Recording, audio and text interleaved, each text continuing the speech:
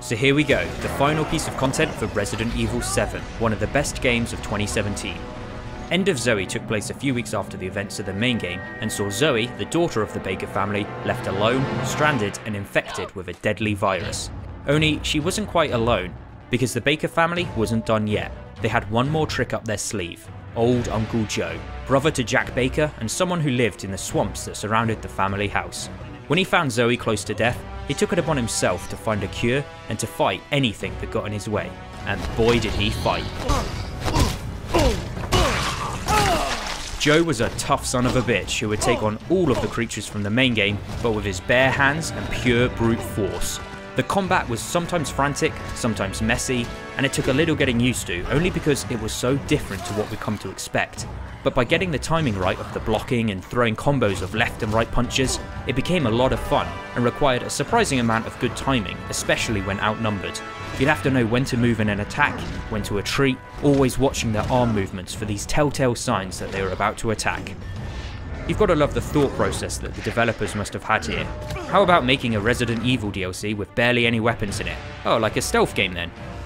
Kind of. But more like you just run around beating things to death with your bare hands, and maybe stomping. It's ridiculous considering how Ethan and even Chris Redfield had to scavenge around looking for every last bullet. But not Joe. Joe was awesome.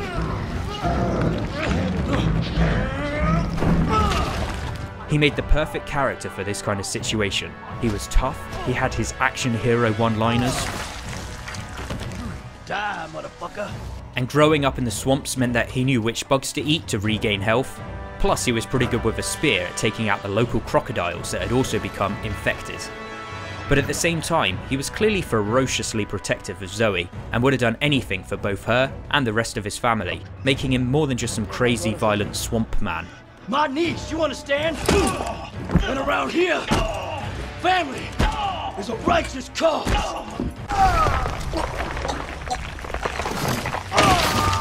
Stalking you throughout the bogs was one particular enemy who appeared to be a little more intelligent than the rest. This swamp monster would pop up at the most inopportune moments and clearly had some kind of agenda, as it toyed with you and acted more cruel than just your typical mindless flesh eater. Scattered around the marshlands were various little wooden effigies to collect that would increase your punching power by a percentage. There was even a graveyard scene, which, let's face it, Resident Evil 7 was definitely missing a graveyard scene. Returning to some of the key locations from the main game had once again a great sense of nostalgia. Walking up towards the old house and seeing how it had changed over the space of just a few weeks felt like you had come full circle. You had returned to where it all began to finish things one last time. And it was chilling to see how one small isolated household in the middle of Louisiana with one small family living in it had caused all of this trouble.